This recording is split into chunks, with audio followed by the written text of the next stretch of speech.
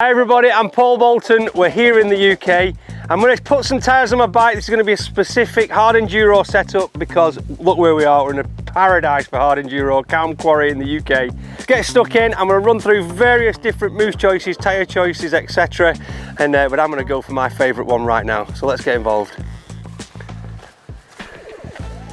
I'm going to go for the 9100 Terra Force front.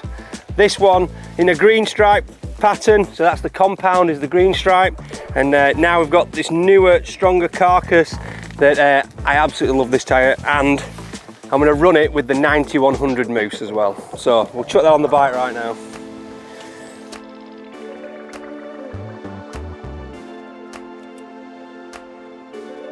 So a lot of people get scared about changing tyres with mousses, but if you know the technique, which I'm going to run through now in a minute, it's so easy.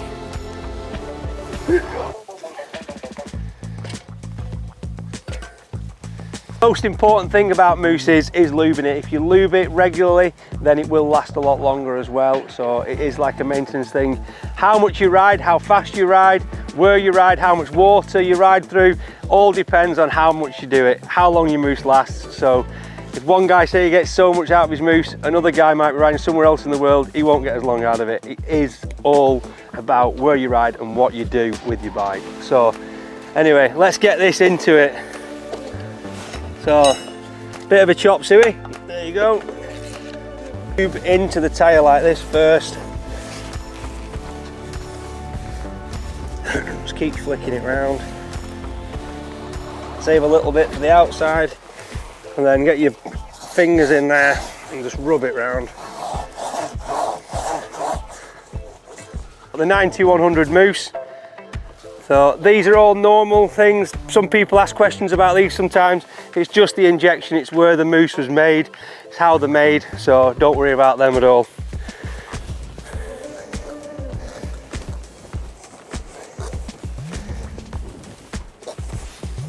And just take your time, it should all fold in. And then now, a little bit on the inside. So once we've got the lube on and the lube's inside and behind the tyre, this lube actually comes in the box as well, so when you get a mousse, so yeah, it's all ready to go. Now we've checked the rotation, it's going that way down, and the rim lock's going to be here, my disc's down, so the wheel's rotating that way, and then all we've got to do now, quite an important bit, I always start with the rim lock like this, you just push it out and let the lower part of the bead slip under the rim lock, and then you can just give it a couple of little pushes down just so it starts going on. And then really important that you use this part of the tyre lever now. So that side's for taking it off, and then this side's for fitting it on.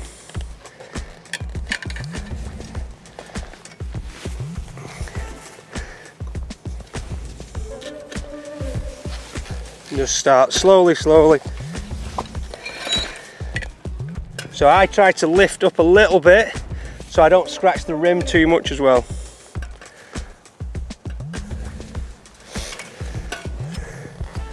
And sometimes the tyre sits up now, but you've just got to give it a push down everywhere, make sure it's all behind in the right places. And then I take the rim lock now to the tyre changer on this side. Again, I start with this side again. I go in and over and just lock it in behind here. Lever there, and then we'll start working around this way, and then we'll finish with the rim lock. So little pieces, one, and then down and round again.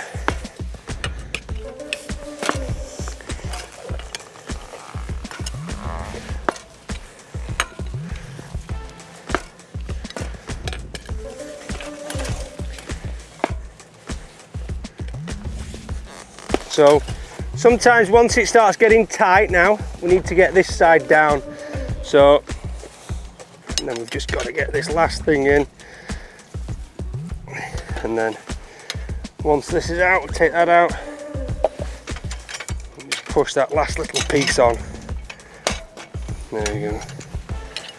That means the rim locks in nicely. You can check all the way around the outside that it's on the bead this side.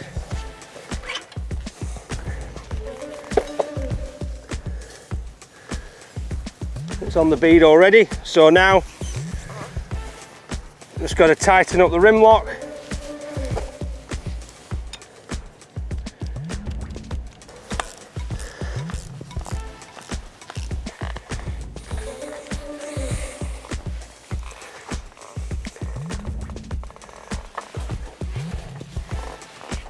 Once it's in the front pads, I'm going to get it lined up on this side, but this is always the tricky one. There we go, she's in now. A couple little gentle taps, shouldn't need too much force. And then that is the front wheel done. Brakes are pumped up, rim locks are tight, we've checked our spokes, forks are in line. Everything's tight, done.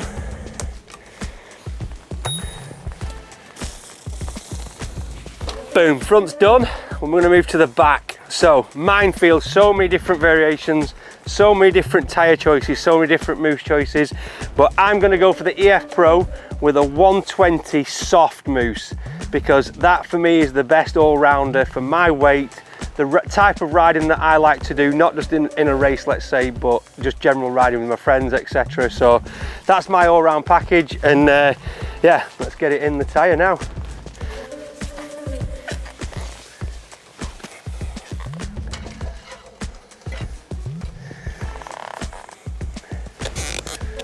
So in hard enduro, we have 2 rim locks, so it's a little bit trickier to fit the tyre, but now some of the pros, because some tyres just really don't stay on the rim, they're trying to have up to 5 rim locks in the rear wheel now.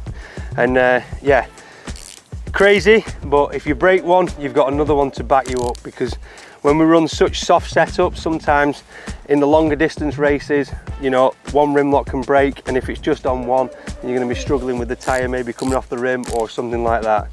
So the rim locks, and good rim locks, are really, really vital in hard enduro.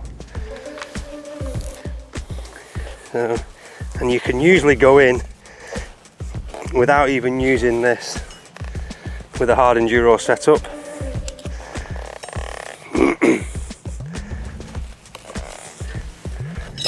Like the front, we could just push it straight off, but with this one, we're going to have to help it over one of the other rim locks now. So, we can just push it down where we can, but don't rush this bit.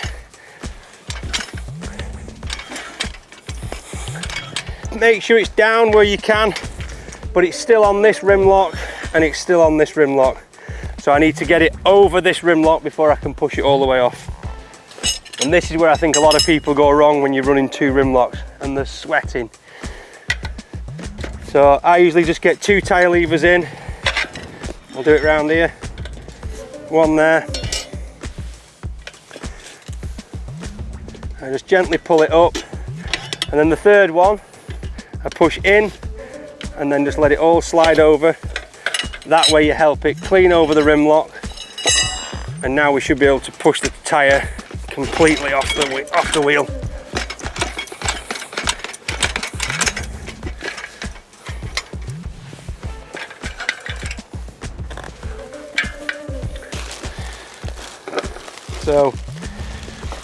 So 120 soft is my favourite for the type of riding that I do. I think it's very all round, and it lasts really well as well for a soft mousse. You can go softer than this one as well with a 140, but it's actually flatter, so there's not as much in the tyre in the big scheme of things. And then you can also go, if you're a bigger guy, heavier guy, you can go for a 140 soft as well. So you'll still have a bit of squish, but yeah, it'll fill that tyre for you. Obviously, if you're heavier or lighter, you choose the mousse to suit you and the type of riding that you do as well. So tyre wise, 140 EF Pro. So this only comes in a double green compound. So this one has got a slightly less in the structure. It's a really cool design as well. Very, very good in dirt also, and also lasts well. You know, it's a soft tyre, but it actually lasts really well as well. So yeah, very good tyre. And you mark it up with the right mousse for the right conditions, depending on from where you are in the world. And yeah, you'll have a really good fun day out with your mates. And you're probably going to get up the hill before your mates as well.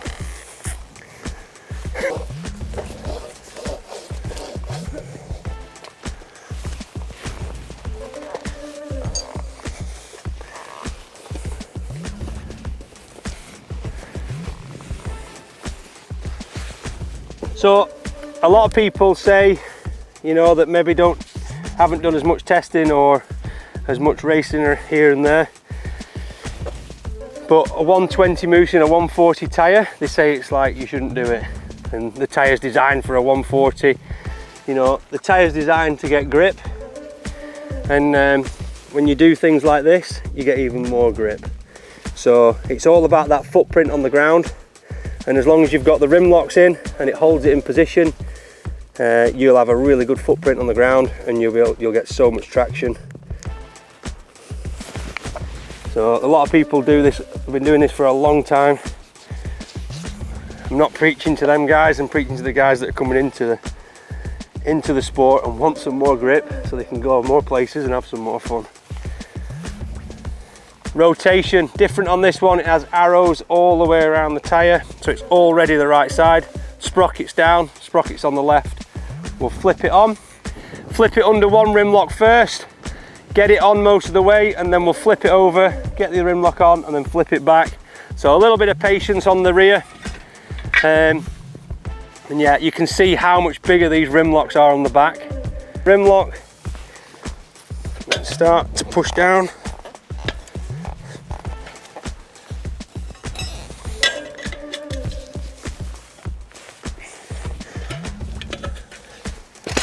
So you can see now when I pull it off that it's not behind the rim lock there, and over, push it back with your fingers, and now it's behind the rim lock now. Flick it over again, now we can finish it off. So with the softer mousses and like the 140 Extreme, you should always check that the mousse is on the top side of the rim lock, so it's on that one. We'll just check the other, because sometimes the rim lock, it grabs between the rim lock and the bead and the rim, and then it will obviously chew the mousse a bit as well if you do that. And now I'm just going to carry on working round.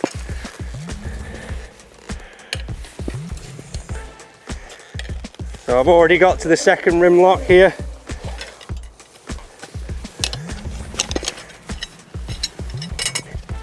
If it's not going on for any reason, then if you've not got a compressed air or anything like that, like if I was at home, I could blow it on with the airline, blow it up, and then just let it go down again. But you can also put it in the bike and you can spin it, and you leave the rim locks loose, spin the wheel, and the centrifugal force pops it onto the rim. And you can also ride down the road a little bit, and it should pop on nicely.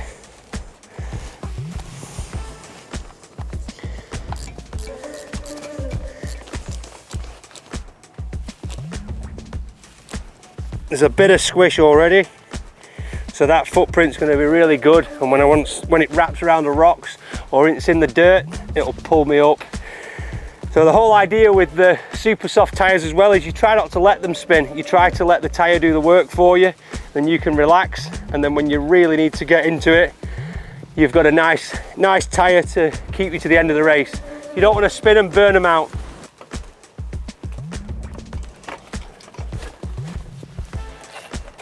Nice little top tip. Right then, it's time to go riding.